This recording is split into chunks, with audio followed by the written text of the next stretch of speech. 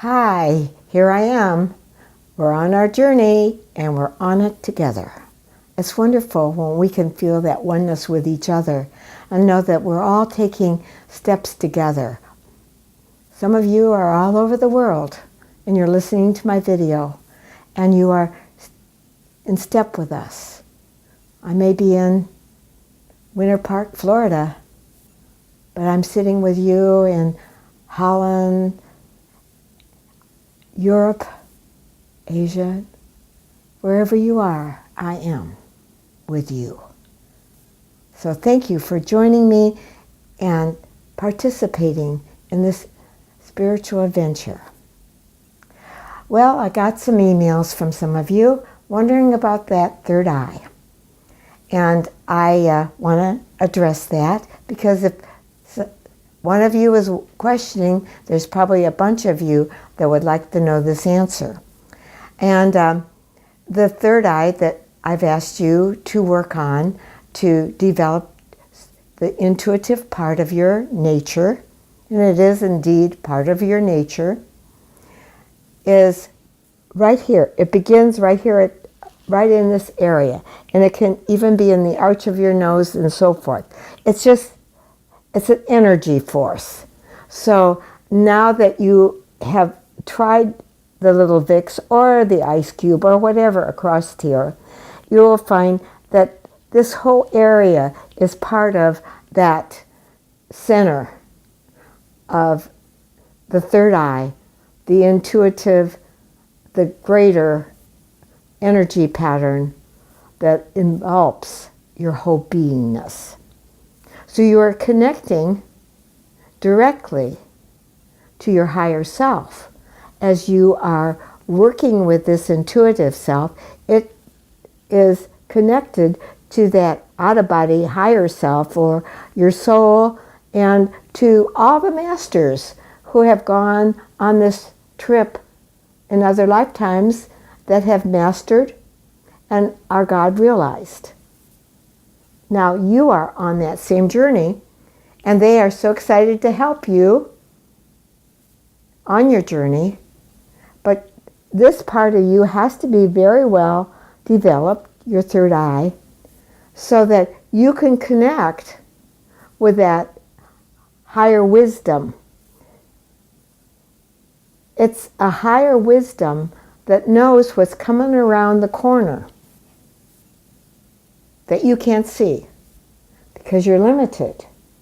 But when you're in your higher self, the intuitive part of you can see over here and can adjust things, make the decisions that will support you in not getting yourself in more karma. Yes, more karma. Creating more karma for yourself. In other words, picking up something that is not in the best interest of your soul. I have a karmic ball, and I've shown you so very, very many times my karmic ball. But your whole life is contained in your karma. Everything you're doing now is part of past life decisions. Yes, did you hear me? Past life decisions. So whatever is going on in your life, it was a decision that your soul made to take care of this lifetime. It can be your children. It can be the job you're in. All of that, all of the things that are happening, even the neighborhood you're living in. Maybe you have karma with some of those people. Maybe you don't. And if you don't, you'll find that you don't pay attention to your neighbor. Or it's just, hi, how are you? And you both go your own ways. But if it's a karmic neighborhood that you're going into, you're going to find a lot of other people that you feel akin to. That's karma. You feel a heartfelt feeling. Oh, I want to get to know that neighbor. Well, you know that your intuitive self is saying that neighbor is somebody you've been with before, because you automatic, before you even know them, you have this feeling for. So as we develop our intuition, we are intuitively going to know that this neighbor has been in our life before, and we are here to support each other in some way and embrace it. Or the neighbor down the street, boy, I can't stand that person. Oh, wow. Oh, they've obviously been with me before and we haven't gotten along. I want to stay clear. That is the moment in time when you do your journaling and you journal about that neighbor. Your intuitive self will help you to make very wise decisions because it knows what's coming around the corner and what you have to do. And if you have given your karma to God, your higher self, to untangle the mess that you have here, you will be inner directed to walk around things that could trip you up. Trip you up. So you see that there's many, many advantages to developing this third eye. A lot of psychics say, they get stuck in just reading the third eye stuff and getting into the phenomena of things. That's not what you want to do. You don't want the phenomena of the third eye. You want the spiritual part of you to develop, to help you to move through things you need to move through, not get caught up in the phenomena of that third eye. When I was working with my third eye, I began to see things and understand things about people and read their aura and all kinds of stuff. And I thought, oh yay, I made it. I am so excited, I made it. Look what I can do. My little spiritual ego got really, really fat. I'd given up my other ego, but my spiritual ego was putting its little nose into my life. And my out-of-body teacher said to me, in no certain terms, do not get caught up in phenomena, Miss Jane. That's just an aspect of you, but it's not who you truly are. Yes, use your intuitive self to intuit what we want you to learn and to see and to move your consciousness, but do not get caught up in phenomena and do readings for people. There's a lot of people that are doing those kind of things, and that's not your job. Your job is to move beyond so that you can work in the best interest of your soul, but eventually help other souls to work in the best interest of their soul. We see so many people who believe, and you know them, that believe that their happiness comes from things outside. I can't say this loud enough or clear enough. Oh, if I have a new car, if I had this, a new relationship, just look at the outside things that you think are going to make you happy. And I'm going to challenge you to write those things down. What makes me happy? Oh, a new car, a new dress, a new pair of shoes. What makes me happy? Oh, and when I had to look at that for myself, I realized that there was the outside that was making me happy, and if I got them, it was short-lived. Short-lived. And I was back in the soup again, wanting something else. I decided that wasn't where I wanted my heart and soul to be. I wanted it to be inner directed. The center for enlightenment is within you. Jesus said that. Buddha says it. Baba, Meher Baba says it. Oh, I can list them all that said it's within you.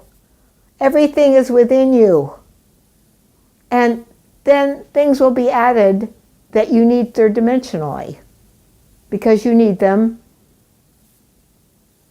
you need a car to drive. But it's not because it's going to make me happy to have a sports car,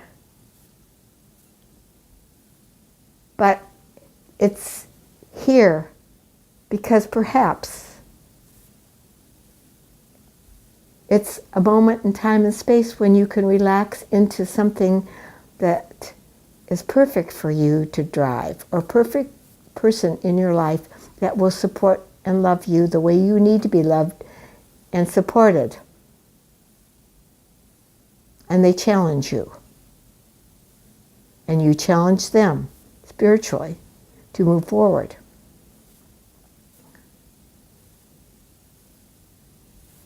So everything has a price tag on it. Yep. The spiritual aspect has its own price tag. And when I say price tag, what am I saying to you? I am saying it costs something. It costs something. If you want to spiritually advance, it costs you dedicating yourself to getting it into meditation, developing that intuitive self, developing your spiritual strength and courage to go beyond where you have ever gone in any other lifetime, because this is your lifetime to master or to become more spiritually aware, and your next lifetime, boom, you're ready to really go into another phase of spiritual development. But no matter who you are right now, no matter at what point you are, if you're an advanced student or a beginner, all these same truths lie at your feet. And the price tag will be that you will have to put some dedication in. You will have to put some energy in it. And you'll have to put some love in it and support yourself in a new way. For all this time, you've been supporting this little teeny I and all its little wants. Support the big I, the I am presence within you. Support that. Give it the honor and respect that it deserves. Don't be less than who you are, because you are a divine being with all the aspects of God. But you're blinded to it because you're in a little tiny I that is so, I don't know what word to use, so developed to watch its own little tiny self and make decisions for this little tiny self. Let the big I make decisions. And guess where it'll take you? It'll take you right out of the third dimension and help you to become fourth dimensionally conscious. Jesus, the Father and I are one. The Father and I are one. What's he saying here?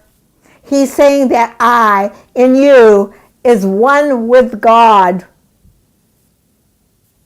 But you have to get rid of the little I that judges and wants things for me, me, me, me.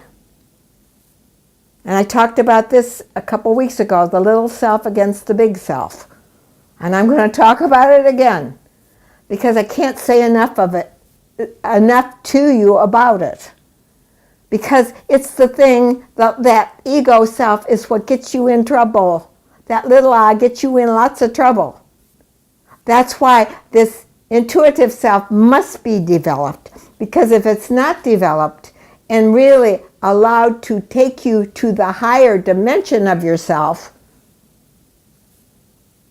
you'll find yourself in another lifetime doing the same kind of work that you're doing right now on another scale, another possibility for yourself. Get yourself ready to advance in spiritual knowledge, because there's many dimensions that are still here to be developed and understood. Many. So don't change yourself. Do not do that to yourself. Love yourself enough to say, I am going to develop my higher self. This lower self doesn't know crap. And you have to be that determined and that courageous to know that your happiness is within you. It will never be outside you, because outside is this part that wants another material thing or another relationship, or please make me happy. Oh, happy. How can happiness come out there? You've been trying it and it isn't working. So come with me. Go within. Find your true happiness. Find peace of mind, contentment, joy, detachment from the third dimension is the only way to go. We have to detach ourselves. We have to develop our intuition, and that intuition will help us to detach ourselves. Go to those spiritual power tools. They're an important part of supporting your higher self. I use them and use them and use them throughout the many years. And that's why I've developed the spiritual power tools to help you, to give you the education you need to move out of the third dimension. It worked for me. It will work for you. But it will take your energy and your time. And you can say, oh, good. Oh, it's a great book. I read it in an hour. I've had so many people say, oh, it was so interesting. I read it in an hour. You may read it in an hour, but you're going to be working with those tools the rest of your life, one way or another. If you will let them work you will develop that intuition. You will develop a lot of the spiritual strength that you need to take this journey. I told you we're going up into the mountains. We are going to the mountain, on top of the mountain, to the next dimension of being. And we have to have the strength to do it. You can't climb a mountain unless you learn to breathe the air at the top of the mountain. And it's fine air. And it's beautiful. But you have to have the strength, the courage, the devotion to climb that mountain. Any mountain climber will tell you that it takes a lot of courage to climb that mountain, a lot of strength to learning to do all the things that a mountain climber has to learn to do. Well, you're a spiritual mountain climber. That's who you are. You are a spiritual mountain climber. And I support you in climbing that mountain to your higher self. My God, it can look over the whole universe. It can look over the whole universe, and it's not stuck in a limited self. But it's going to take all the courage that you have to climb that mountain, but the reward will be great. I can remember crying about, oh, I have to give up this little thing. And my teacher hit me over the head if you will, and said, look you're giving up nothing at all. When you get to the top of this mountain, Miss Jane, you're going to say, oh my God, I was crying over that little teeny thing that I had thought I had to give up. When I can see the whole universe, I can understand the way God thinks, the energy, the view from the higher dimension, which is so much more encompassing and so much more understandable than my little tiny self that was crying over a little tiny thing. But I thought I lost everything when I lost that little tiny thing. When I only found out I had to lose that little tiny thing in order to gain something bigger and better. So I challenge you again, and I will challenge you every single video to work on your higher self. I will give you the energy, the power, and the strength to open up those channels within you so that you can be your own spiritual teacher within you.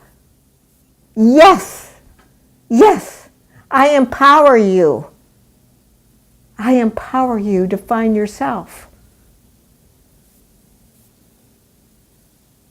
That's the only way you could own it, is to know it for yourself. Experience God at whatever level that you are spiritually capable of experiencing.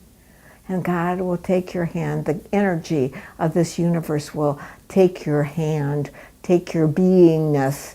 When I say hand, I mean your beingness, and raise it to a higher level, to understand more, to appreciate your fellow man more. Because love is the answer, and there is no question. Love is always the answer. Love yourself, support yourself, and move forward. You've got some homework to do, always. Believe me, if you're listening to my videos, you've got homework. And you will find out just how much you're willing to do. When the road gets a little bit tight, you have to stick to it. Stay focused. God is in you, supporting and helping you. Don't let this opportunity move away from you. You're going to just be back in another lifetime trying to do this. Take the advantage today. Do your meditations.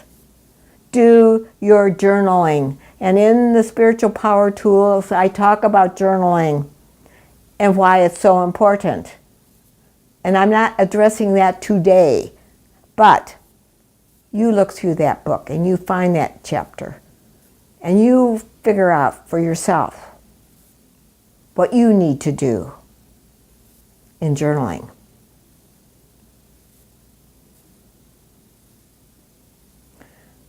Oh, well, I guess I've said enough for today, for this week. Every once in a while I get on the bandwagon and I poke you. And I try to poke something into your consciousness to awaken you to your next phase. I love you. I love you with all my heart. And I care. I care about your spiritual desires. And I support them with my whole beingness, as I was supported by other masters that helped me move through my limited self. And I am so grateful to them. And I pass it on to you. I pass it on to you. And I'm grateful that you are part of my spiritual journey. Have a wonderful week. And rededicate yourself. One more time. And through the weeks to come, I will be asking you to rededicate yourself again. A commitment after commitment. Thank you. Bye for now.